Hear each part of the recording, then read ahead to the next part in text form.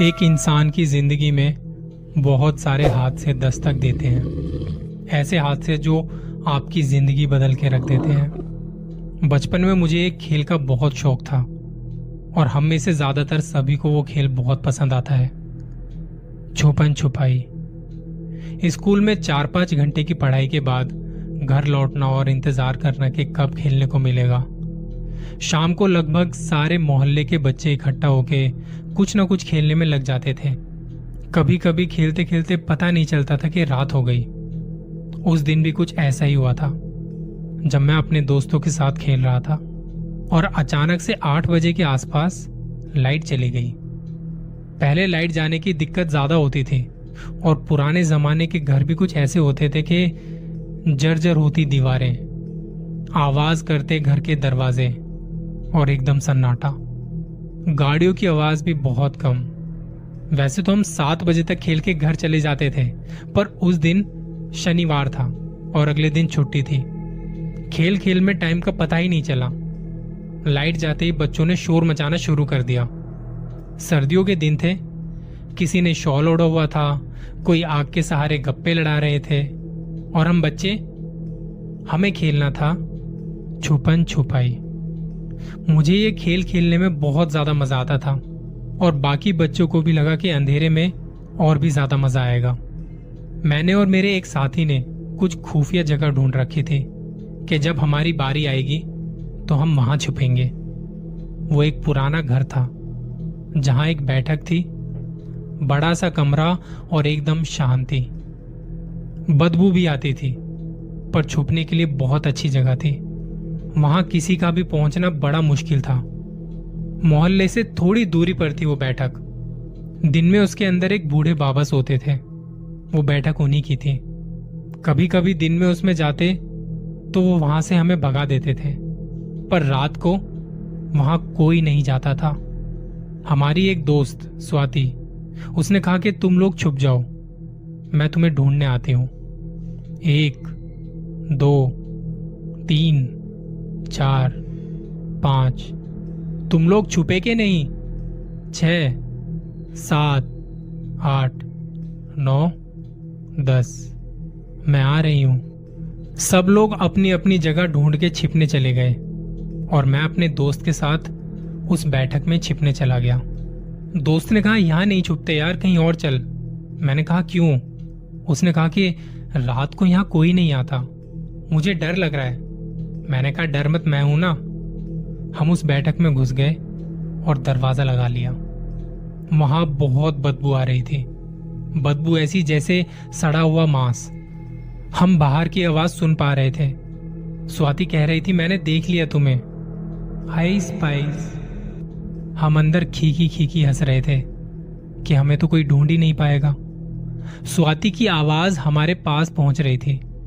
लग रहा था कि वो हमारी तरफ ही आ रही है। हम दोनों एकदम शांत बैठे थे। अब वो बदबू भी बहुत तेज हो चली।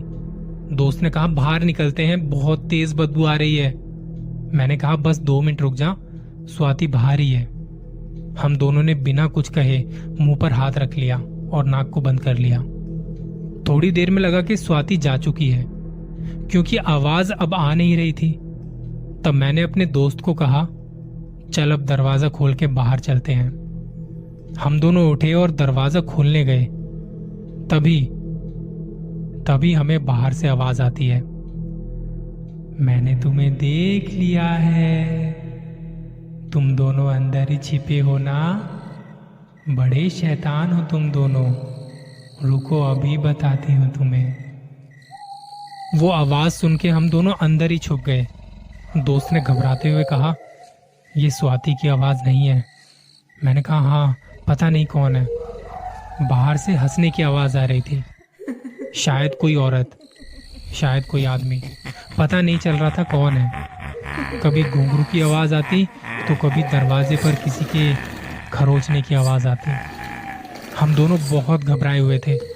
ठंड के मौसम में पसीने पसीने हो चुके थे। वहां बदबू बढ़ती जा रही थी। दोस्त ने कहा, अब क्या करें? मैंने कहा, रुक, अभी चलते हैं। थोड़ी देर में वो आवाज भी आनी बंद हो गई। अब बाहर की कोई आवाज सुनाई नहीं पड़ रही थी। हमें लगा कि ये अच्छा मौका है, चल चलते हैं। दरवाजे के पास आके खड़े हुए और सुनने की कोशिश की कि कोई है तो नहीं बाहर, पर कोई आवाज नहीं थी। अब दरवाजे की कुंडी खोलने की कोशिश की और थोड़ी सी आवाज हुई। वो आवाज दरवाजे की नहीं थी, बैठक के अंदर से किसी के सांसें लेने की आवाज आ रही थी। और अब वो घुंघरू की आवाज भी अंदर से ही आ रही थी। हमने दरवाजा खोल के भागने की कोशिश की, लेकिन दरवाजा नहीं खुला। हम दोनों हड़बड़ाते हुए दरवाजा पीटने लगे और रोने लगे। डर लग रहा था वहां। तभी किसी के हंसने की आवाज पीछे से आई। मैंने तुम्हें देख लिया है आइस पाइस, कहाँ छुपे हो तुम दोनों। हम रो रहे थे, बोल रहे थे कि हमें जाने दो, घर वाले इंतजार कर रहे होंगे, हमें जाने दो। अच्छा, तुम्हें जाने दूं? तुम दोनों तो मुझे बहुत पसंद हो। चॉकलेट खाओगे? मेरे पास आओ, आओ ना, मैं तुम्हें कुछ नहीं करूंगी। वहां हम दोनों को अंदर कोई नजर नहीं आ रहा था, अंधेरा भी बहुत था।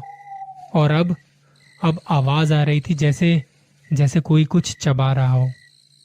कभी लगता कोई औरत, कभी लगता कोई आदमी। हम दोनों जोर जोर से दरवाजे को बजा रहे थे कि कोई सुन के मदद करने आएगा, पर वहां मदद के लिए कोई नहीं था। दोस्त रोते रोते खांसने लगा। उसे बहुत खांसी होने लगी और खांसते खांसते वो वहीं गिर पड़ा। मैंने उसे उठाने की कोशिश की, उठ यार, उठना, पर वो नहीं उठा। और अब फिर से हंसने की आवाज आने लगी। आइस पाइस, छुपन छुपाई खेलोगे मेरे साथ? मैं रो रहा था, प्लीज मुझे जाने दो, मैं मरना नहीं चाहता। आज के बाद कभी ऐसा नहीं खेलूंगा, कभी नहीं खेलूंगा ये खेल, मैं कभी नहीं आऊंगा यहाँ पे, मुझे माफ कर दो।